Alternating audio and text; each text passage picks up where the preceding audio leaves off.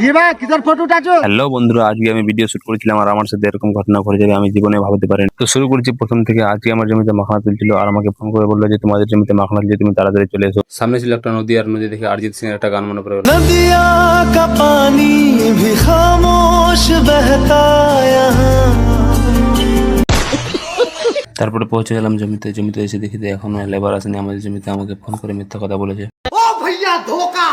তখনই আমার মাথা গেল খারাপ। তো আমি সঙ্গে সঙ্গে ফোন করলাম, ওরা বলছে আর একটু লেট হবে। এখানে 3-400 মিনিট অপেক্ষা করার পর আমাকে লেগে গেল খিদা। তো আমাকে কিছু এখন ব্যবস্থা করতে হবে। জমিতে ছিল মাখনা, তো আমি মাখনা তুলতে গেলাম আর এই মাখনাগুলো আমি এখন খাবো। তারপরে দেখলাম যে ওদের টিম এখন আসছে, দেখে আমার মন অনেক খুশি হয়ে গেল।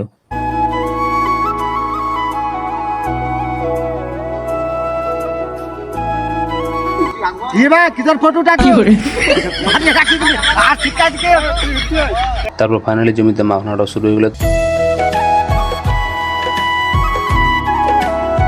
সো আজকের জন্য সবাইকে টাটা, দেখা হচ্ছে নেক্সট ব্লগে।